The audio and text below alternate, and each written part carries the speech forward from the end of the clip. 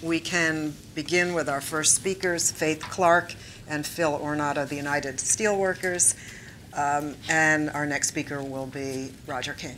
So, Ms. Clark, Mr. Ornot, welcome. Good morning.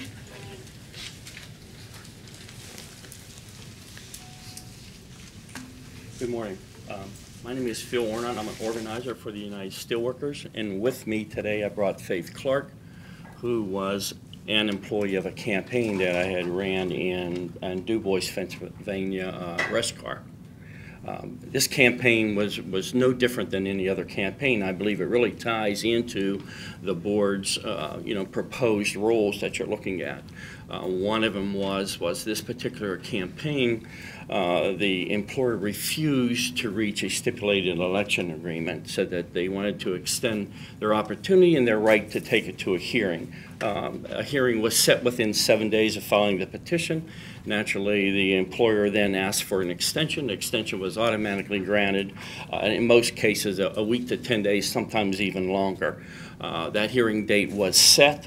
After that hearing date was set, the employer then tried again to get another postponement for the hearing. The issues that were raised at that hearing by the employer, we believe, were frivolous. Out of a unit of 87, we were looking at a disagreement of only 3 people out of 87. One was that Faith Clark was a supervisor and should not be eligible to vote. The other 2 were that two members of management were in the office and should be eligible to vote, worked in the office. This was a typical campaign, multiple days of, we had 1 day of hearing. The employer was not available again for another 11 days. After that hearing there, our testimony only took roughly 2 hours to present to the board.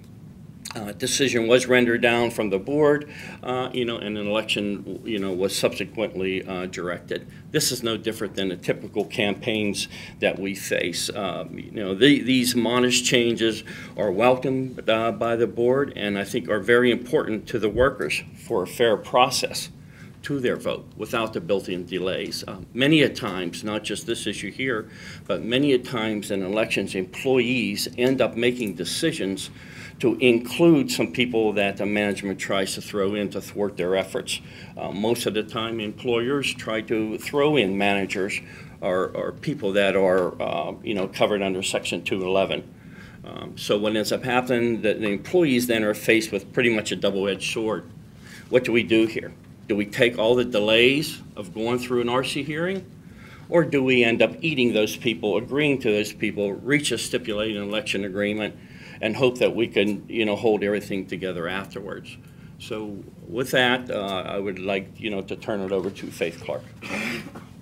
Good morning. I started with Russ Carr as a secretary in 1997.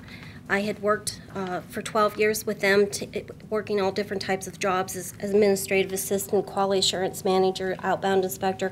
My last job was inventory control and receiving. October 2007, my fellow employees called the Steelworkers to see about getting a union. I became involved with the effort in the spring of 2008 at the time that I was told that I was denied my right to vote, stating that I was a supervisor. Because of delays of having the hearing, the company brought in union busters. They threatened that they would take away our 401, that we would lose our pay, we would have to work for minimum wage, we could lose our medical benefits and vacation benefits. They showed us videos of how people who were on strike could lose their jobs and the difficulties of strikes, and that the union could force us to strike.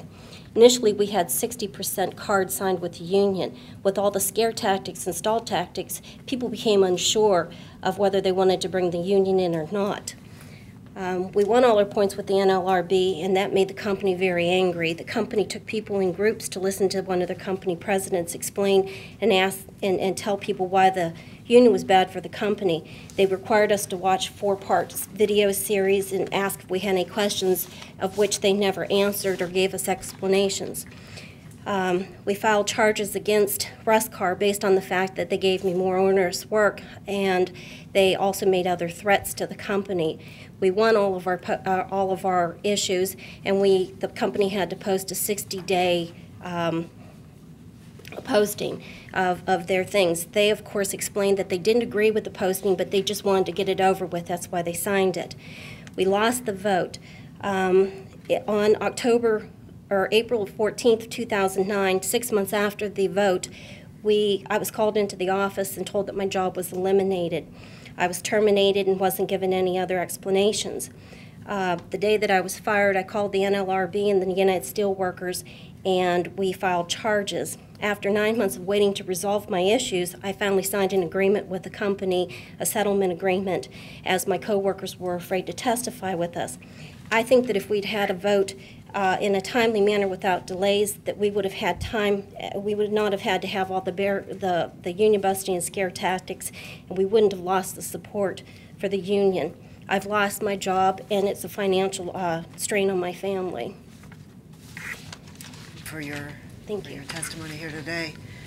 My colleagues have questions? Maybe I missed it. What was the nature of the workplace? What did you do? It's a rail car facility. They paint, repair, and clean rail cars. And there were 87 employees in the unit, and how many employees altogether at that particular location? It varied. At that time, we had a fire at our facility, so we had employees who were laid off, although we included them in the collective bargaining and with the votes. So it could have varied from anywhere from the 87, probably office people and personnel would have been about 100 and 105, I would think. Thank you.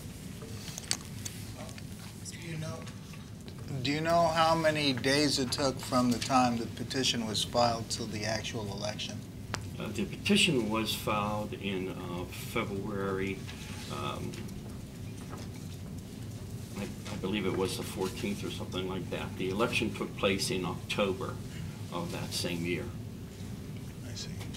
Were there unfair labor practices filed prior to the vote? Yes. Yes. Was there a request to proceed, or were there blocking charges? No, those were blocking charges. Thank you. Thank you for coming here today. We appreciate your contributing to this meeting. Thank you. Thank you.